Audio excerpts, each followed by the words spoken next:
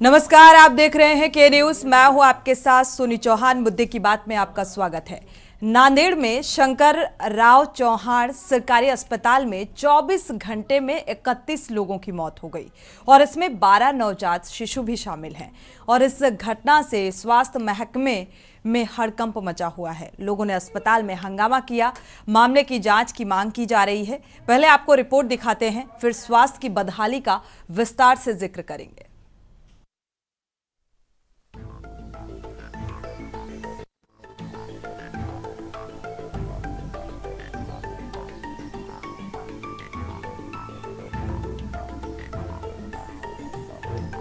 महाराष्ट्र के नांदेड़ में सरकारी अस्पताल में 24 घंटे में 24 लोगों की मौत हो गई।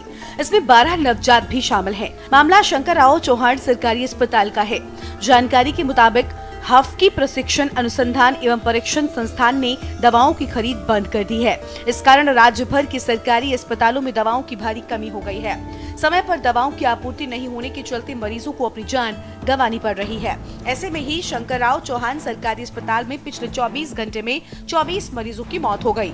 मामले में सरकारी अस्पताल के अधीक्षक SR वाकुटे का दावा है कि इन मृतकों में अतिरिक्त मरीज भी शामिल है। मरीजों को आखिरी समय पर अस्पताल में लाया गया था। उन्होंने कहा कि दवाओं की भी कमी है। इसको देखते हुए आसपास उपलब्ध दवा लिखकर मरीजों का इलाज किया जा रहा है। डॉक्टर शंकर राव शासकीय वैद्यकीय महाविद्यालय में 70 से 80 किलोमीटर के एरिया में मरीज भर्ती किए जाते हैं। रविवार को 24 घंटे में 12 बच्चों की मौत हुई। तबादले होने की वजह से थोड़ी परेशानी हुई है। हाफकिन से दवाइयों की खरीदारी होने वाली थी मगर वो नहीं हो सकी। इसके चलते परेशानी हुई है। मरीजों की संख्या बढ़ जाने के कारण बजट में भी कमी आई। दवाई न होने के चलते मौत हो ऐसा कभी नहीं होने देते। जरूरत पड़ने पर स्थानीय लेवल पर दवाइयां खरीद कर दी जाती हैं। बजट के हिसाब से गंभीर मरीजों के लिए दवाइयां यहां उपलब्ध हैं। इस घटना से नांदेड़ में सनसनी फैल गई और इस मामले की जांच की मांग की जा रही है। मामले में कांग्रेस नेता राहुल गांधी ने ट्वीट कर भाजपा सरकार पर हजारों करोड़ रुपए अपने प्रचार पर खर्च करने और बच्चों की दवाइयों के लिए पैसे नहीं होने का आरोप लगाया। वहीं पूर्व मुख्यमंत्री अशोक चौहान ने भी कहा कि ये खबर पता चलते ही मैं तुरंत अस्पताल पहुंचा। अब तक 24 लोगों की मौत हो चुकी है। 70 लोगों की हालत गंभीर बताई जाती है। इस घटना को सरकार को गंभीरता से लेना चाहिए और जाँच होनी चाहिए। उन्होंने आगे कहा कि अस्पताल में दवाइयाँ उपलब्ध नहीं है। हम सरकार से मरीजों को दवाई और सुविधा उपलब्ध कराने की मांग करते हैं। इस घटना के लिए अस्पताल प्रशासन और सरकार जिम्मेदार है। बता दें कि इससे पहले अगस्त में महाराष्ट्र के छत्रपति शिवाजी महाराज अस्पताल में 24 घंटे में 18 मरीजों की मौत का मामला सामने आया था। इस मामले में नगर निगम आयुक्त अभिजीत बांगर की माने तो ठाणे के कलवा में छत्रपति शिवाजी महाराज अस्पताल में पिछले 24 घंटे में 18 मरीजों की मौत हो गई। इनमें 10 महिलाएं और 8 पुरुष थे। इनमें से 6 ठाणे शहर से, 4 कल्याण से, 3 शाहपुर से, एक भिमडी और उल्लासनगर और गोवंडी से थे। ब्यूरो रिपोर्ट, के न्यूज इंडिया।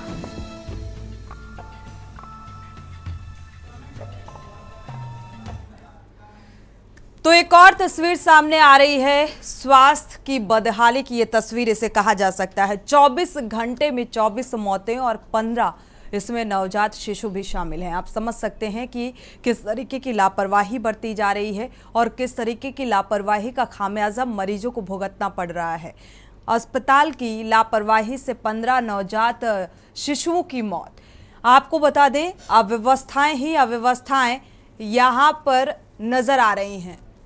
तो अस्पताल में दवाओं की भारी कमी के चलते भी कई बार मरीजों को समय रहते इलाज नहीं मिल पाता। कई बार दवाइयाँ उपलब्ध नहीं होती, जिसके चलते मरीज तड़प तड़प कर जान उनकी चली जाती है। नांदेड़ में सरकारी अस्पताल का ये हाल है, जहां पर मौतों का सिलसिला बदस्तूर जारी है, क्योंकि स्वास्थ्य महकमे में लगातार ये कहा जा रहा है, डिप्टी सीएम भी लगातार निरीक्षण करते हैं, जायजा कर लेते हैं और हिदायत भी देते हैं। बावजूद इसके इन सरकारी अस्पतालों की अव्यवस्थाएं जो हैं वो सुधरने की बजाय बिगड़ती हुई नजर आ रही हैं।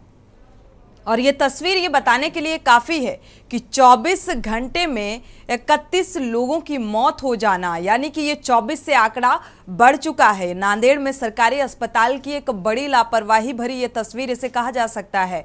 और अब जो नवजात शिशु मौत का जो आंकड़ा था 12 से 15 पहुंच चुका है। अब इसकी जिम्मेदारी कौन लेगा, क्योंकि लगातार सरकारी स्वास्थ्य महकमे को ठीक करने के लिए जो लाख कोशिशें की जा रही थी वो पूरी तरीके से हवाई साबित होती नजर आ रही हैं। डॉक्टर्स पर लापरवाही का आरोप, लगातार इलाज में कोताही बरती जाती है, गलत दवाइयों का इस्तेमाल कर दिया जाता है जिसके चलते मरीजों की जान चली जाती है। जिम्मेदारी जो है वो लेने वाला कोई यहाँ पर नजर नहीं आता। स्वास्थ्य महकमे या स्वास्थ्य प्रबंधन से जब बात करने की कोशिश की जाती है तो वो बचते हुए नजर आते हैं कैमरे से। सीएमओ का ऐसे मामले में लेकर जो बयान नजर आता है या बयान सामने आता है, एक सरकारी रटा रटाया सा बयान सामने आता है कि इस पूरे मामले की जांच कराई जाएगी और इसके बाद जो उचित कार्रवाई होगी, दोषी के खिलाफ कार्रवाई हो पाएगी। लेकिन क्या कभी ऐसे मामले को लेकर एक गंभीरता सीएमओ स्तर पर देखने को मिली? क्योंकि अगर हुई होती या गंभीरता से लिया गया होता ऐसे मामले को तो मुझे लगता है इन आंकड़ों में कमी देखने को मिलती, लेकिन इन आंकड़ों में कमी होती नजर नहीं आ रही है। लगातार ये मामले बढ़ते जा रहे हैं। ये सरकारी अस्पताल का मामला सामने आ रहा है जहां पर 24 घंटे में नांदेड़ सरकारी अस्पताल में मौतों का खेल बदस्तूर जारी है। आपको बता दें 24 घंटे में 31 लोगों की मौत और इसमें 15 नवजात शिशु भी शामिल हैं। आप अंदाजा लगा सकते हैं कि लापरवाही की पराकाष्ठा यहां पर पार हो चुकी है और किस तरीके से यहां पर मरीजों का इलाज किया जा रहा है कि बचाए उनकी जान बचाने के यहां पर मरीजों को अपनी जान गंवानी पड़ रही है। ये बड़ा दुर्भाग्यपूर्ण तस्वीर सामने आ रही है और लगभग हर दूसरे दिन ऐसी ही तस्वीर सामने आती है। सरकारी अस्पतालों में बदहाली का आलम है। जो डॉक्टर्स हैं वो पूरी तरीके से बेपरवाह, लापरवाह नजर आते हैं और दवाइयाँ जबकि उपलब्ध होती हैं सरकारी अस्पतालों में, बावजूद इसके एक पर्चा मरीज के परिजनों को थमा दिया जाता है कि और बाहर से रिकमेंड कर दी जाती हैं दवाइयाँ, क्योंकि अच्छा खासा जो कमीशन है वो मेडिकल स्टोरों में एक बंधा हुआ होता है और इसी के चलते जो सरकारी अस्पताल में मरीजों के लिए दवाइयाँ उपलब्ध की जाती हैं वो दवाइयाँ उन्हें नहीं दी जाती हैं और एक टाइम ऐसा आता है कि वो दवाइयाँ पूरी तरीके से कबाड़ में पड़ी हुई नजर आती हैं। महाराष्ट्र की ये तस्वीर सामने आ रही है और आप ये मेडिसिन आप देख पा रहे हैं तस्वीरों में। ये मेडिसिन जो है एक तरफ कमी दिखा दी जाती है कि मेडिसिन की कमी के चलते मरीजों को दवाइयां उपलब्ध नहीं कराई जा सकती, लेकिन जो असलियत है वो ये है कि महाराष्ट्र की ये तस्वीर आपको दिखा रहे थे जहां पर 24 घंटे में ये मौतों का आंकड़ा सामने आ रहा है, जिनमें से 15 नवजात की मौत का मामला सामने आ रहा है। और आपको बता दें एक और मामला महाराष्ट्र से ही सामने आ रहा है। आपको बता दें संभाजी नगर में 24 घंटे में 10 मौतें हो चुकी हैं। मरीजों की हालत गंभीर बताई जा रही है और ये दूसरे मामले का हम जिक्र कर रहे हैं जो हमारे पास खबर मिल रही है, सामने आ रही है। तो ये एक घोर लापरवाही यहां पर सामने आ रही है अस्पताल प्रबंधन की। मरीजों को दवाइयां ना उपलब्ध कराना, इसके बाद एक्सपायर हो जाती हैं वो दवाइयां और कूड़े के ढेर में आपने देखा होगा कई बार उन तस्वीरों को के न्यूज़ ने दिखाया है जहां पर दवाइयों का अंबार लगा होता है और फिर उन पर आग लगा दी जाती है, उन्हें जला दिया जाता है। और अगर समय रहते ये पर्ची जो बाहर मेडिकल स्टोर के लिए मरीजों के परिजनों को थमाई जाती है, अगर सरकारी प्रबंधन में ये सहूलियत इन मरीजों को मुहैया कराई जाए तो ये नौबत, ये तस्वीर सामने ना आए। और इसी बात को लेकर आज चर्चा करेंगे क्योंकि ये बदहाली की तस्वीर सामने आ रही है। हमारे साथ खास मेहमान जुड़े हुए हैं, जितेंद्र यादव जुड़े हुए हैं, संवाददाता महेश चौहान जुड़े हुए हैं, एनसीपी प्रवक्ता जुड़े हुए हैं, स्वागत है आपका। गफूर सैयद जुड़े हुए हैं, सामाजिक कार्यकर्ता हैं, आपका भी बहुत बहुत स्वागत है इस चर्चा में शामिल होने के लिए। नरेंद्र बनसुड़े भी जुड़े हुए हैं, कांग्रेस प्रवक्ता हैं, आपका भी स्वागत है इस चर्चा में शामिल होने के लिए। आप सभी मेहमानों का बहुत बहुत स्वागत। रुख पहले संवाददाता का कर लेते हैं, जितेंद्र यादव का। जितेंद्र, ये जो लापरवाही भरी तस्वीर सामने आ रही है, इसमें क्या अपडेट है? सीएमओ की तरफ से कोई बयान निकलकर सामने आया कार्रवाई को लेकर या कोई कार्रवाई होती नजर आ रही है?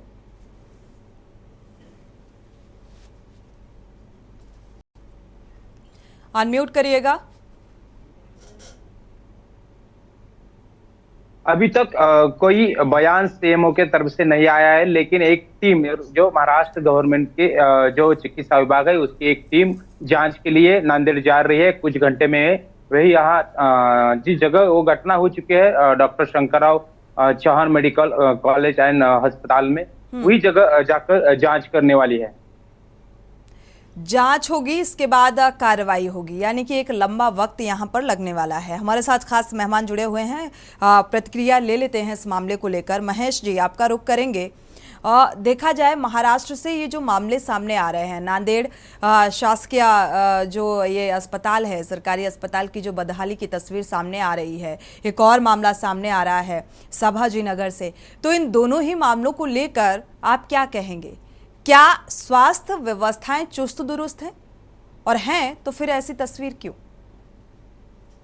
देखिए, ये बहुत ही गंभीर घटना है, बेहद गंभीर घटना है।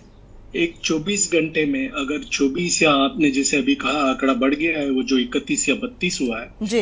मरीजों की मौत होती है, जिसमें नवजात शिशु आधे से ज्यादा है। ये 13 अगस्त को थाने में छत्रपति शिवाजी महाराज हॉस्पिटल में ऐसी ही घटना हुई थी, जिसमें करीब 18 मरीजों की मौत हुई थी। उसके बाद भी यही कहा गया था कि जांच की जाएगी, एक समिति का गठन किया जाएगा। मैंने ख्याल से जांच शुरू भी हो गई।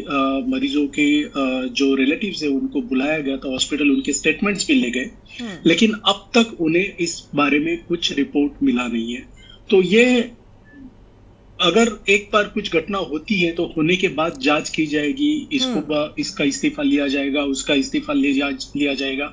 ऐसी बातें करने से अच्छा, जैसे कि आपने भी जिक्र किया, ये घटनाएं हो नहीं, इसलिए क्या किया जा सकता है? इसका कुछ ऑडिट हो सकता है क्या? इसकी कुछ इंक्वायरी हो सकती है क्या?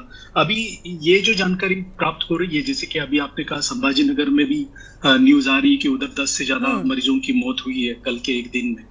तो ये घटनाएं न हो इसलिए क्या किया जा सकता है? अभी अगर आज के जमाने में जब ये लोग क्लेम करते हैं कि ट्रिपल इंजन की सरकार है महाराष्ट्र में, ट्रिपल इंजन की सरकार होने के बावजूद भी अगर दवा और स्टाफ की कमी की वजह से मरीजों की मौत होती होगी, तो ये बहुत दुर्भाग्यपूर्ण घटना है। सिर्फ सीएम आएंगे, सीएम बोलेंगे मैं जांच कमेटी बिठाऊंगा, जांच हो जाएगी, बाद में वो भूल जाएंगे, फिर ये चीजें ऐसी हो जाएगी, फिर वो होगी, फिर आप और हम डिबेट करेंगे इस पर, ये कुछ मतलब नहीं रखता। तो इसके लिए जांच होनी चाहिए। इसके अलावा ऑडिट होना चाहिए सरकारी अस्पतालों में। अगर सरकार की कमियां क्या है ये देखनी चाहिए, वो क्यों मरीजों को मेडिसिन, दवाई, स्टाफ और बाकी के जो इक्विपमेंट्स है, जैसे कि सीटी स्कैन काम नहीं कर रहे, इसे भी मैंने सुना इस अस्पताल में।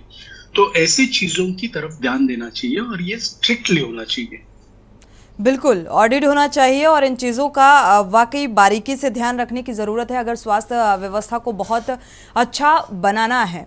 सिर्फ कह देने से ये स्वास्थ्य व्यवस्थाएं सुधरने वाली नहीं हैं, जो हालात फिलहाल नज़र आ रहे हैं, जिनको लेकर हम चर्चा कर रहे हैं। नरेंद्र जी भी हमारे साथ जुड़े हुए हैं, कांग्रेस प्रवक्ता हैं। आपका भी स्वागत है। प्रतिक्रिया आपकी भी बेहद मायने रखती है इस मामले को लेकर। क्या कमी देख पा रहे हैं सरकार की, जिस कमी के चलते ये बदहाली की तस्वीर सामने आ रही है? देखिए, मैं आप के न्यूज़ का मैं यहाँ पे बहुत ही तहे दिल से शुक्रिया अदा करना चाहता हूँ कि बहुत ही सेंसिटिव, एक जनता के बहुत ही जानो माल से जो तवज्जो रखता है, जो ये रखता है, उसका आपने सब्जेक्ट उठाया। ये जो घटना घटी है, ये दिल दहलाने वाली ही घटना नहीं है, बल्कि हर एक के दिल में एक घबराहट पैदा कर देने वाली घटना हुई है। 12 बच्चे, छोटे बच्चे, जिनमें से 6 लड़के 6 लड़कियां थी, जिनको पैदा होके 24 आवर्स भी नहीं हुए थे। बिल्कुल ऐसे सारे बच्चों को इन दवाइयों की पेडियाट्रिक्स मेडिसिन भी वहां पे उपलब्ध नहीं थी।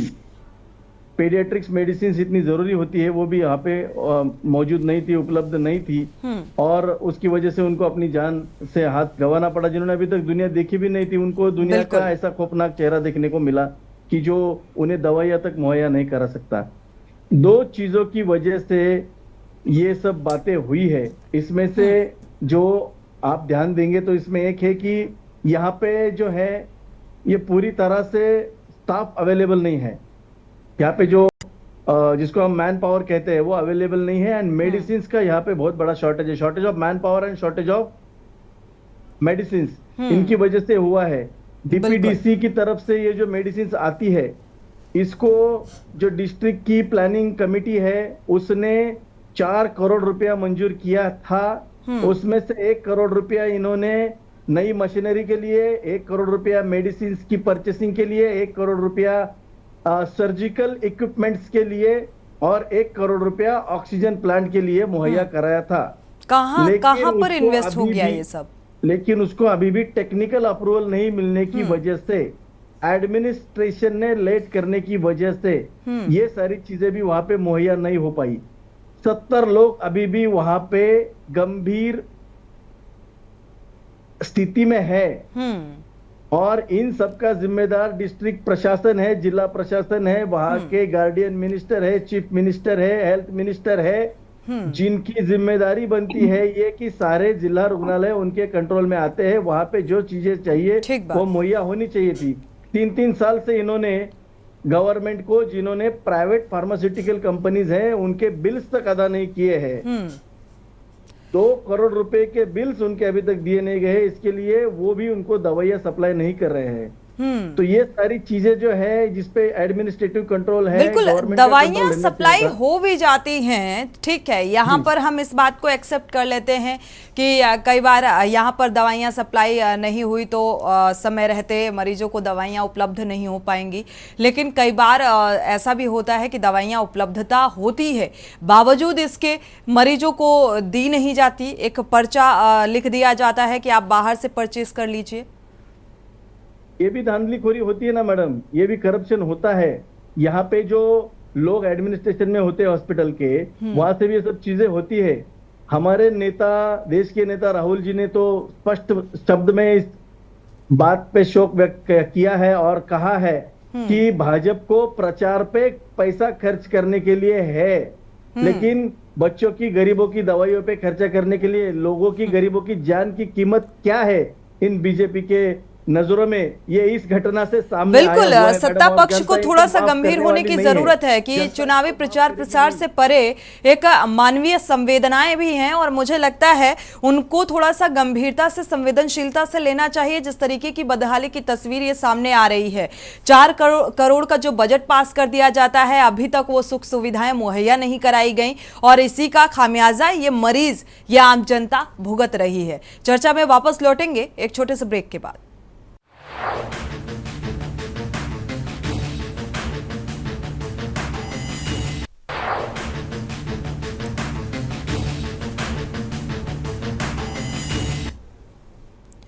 ब्रेक से वापस आ रहे हैं, चर्चा कर रहे हैं इस खास अहम मुद्दे को लेकर। मुद्दे की बात में हमारे साथ और एक मेहमान जुड़ चुके हैं, फारूक अहमद जी, स्वागत है आपका इस चर्चा में शामिल होने के लिए। बहुजन अघाड़ी दल से हैं, प्रवक्ता हैं, आपका भी बहुत बहुत स्वागत। गफूर जी का रुख कर लेते हैं। गफूर जी, सामाजिक कार्यकर्ता हैं चूंकि आप, तो सामाजिक दृष्टिकोण से आप इसके लिए किसको जिम्मेदार मानते हैं? जिला प्रशासन को, या शासन स्तर पर लापरवाही बरती जा रही है, जो निरीक्षण और जायजा लगातार लिया जाता है और इसके बावजूद भी ये बदहाली की तस्वीर सामने आती है? आप देख पा रहे हैं ये आंकड़ा 12 से 15 पहुंच चुका है, नवजात शिशु भी इसमें शामिल हैं, और नवजात जो अभी पैदा ही हुए थे, और उसके पीछे का दर्द कितना बड़ा है कि जन्म देने के वो 9 महीने भी अगर इसमें इंक्लूडेड कर दिए जाए तो ये दर्द और बढ़ जाता है, और फिर यहां पर स्वास्थ्य महकमे की लापरवाही के चलते उनकी जान चली जाती है।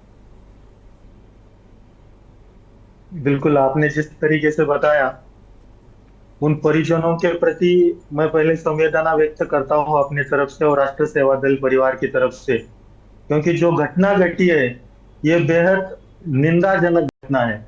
और आपने जिस तरीके से बताया कि नवजात शिशु की मृत्यु होना, यह महाराष्ट्र में कितना दुर्भाग्यपूर्ण है। और 1 महीने में, मतलब अभी मेरे से पहले जो महेश साहब ने बताया कि 13 अगस्त को थाना में यही घटना घटी थी, उसके बाद आपने अभी न्यूज में बताते वक्त यह भी बताया कि छत्रपति संभाजीनगर में भी कुछ आंकड़े सामने आ रहे हैं। बिल्कुल, लेकिन ये जो आंकड़े सामने आ रहे हैं, 10 लोगों की मौतें हुई हैं जी। हाँ जी, बिल्कुल, यह मतलब इतना गहरा यह सदमा है उन लोगों के लिए, उन परिजनों के लिए, और ये पूरे महाराष्ट्र के लिए भी एक बहुत गहरा सदमा है। और इस सदमे से उभरने की उन परिजनों को, उन सबको ताकत मिले, यही हम प्रार्थना कर सकते हैं। और इसके लिए खास जिम्मेदार आपने बताया कि किसको ठहरा सकते हैं। हम महाराष्ट्र में बीजेपी की इतनी अच्छी सरकार है, इतना मैंडेट है, उन्होंने इतने अलग अलग तरीकों से अपनी तरफ आंकड़े बढ़ाए हुए हैं।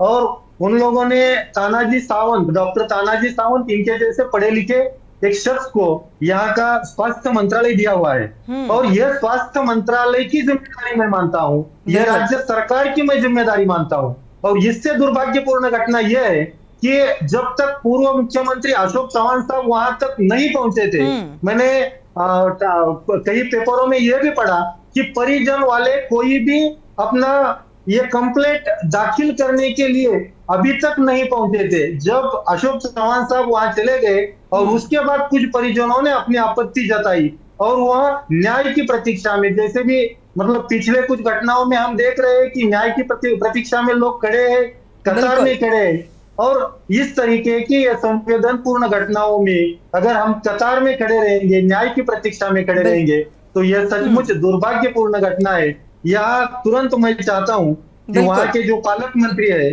जो पालक मंत्री गिरीश महाजन साहब, बहुत ही मतलब हम ये उनके बारे में सुनते हैं हमेशा कि वो बहुत ही टैलेंटेड है, अपने डिसीजन मेकर है, फास्ट डिसीजन लेते हैं। और जहां तक मैंने सुना है तो फिर इस घटना का भी त्वरित संज्ञान लेना चाहिए।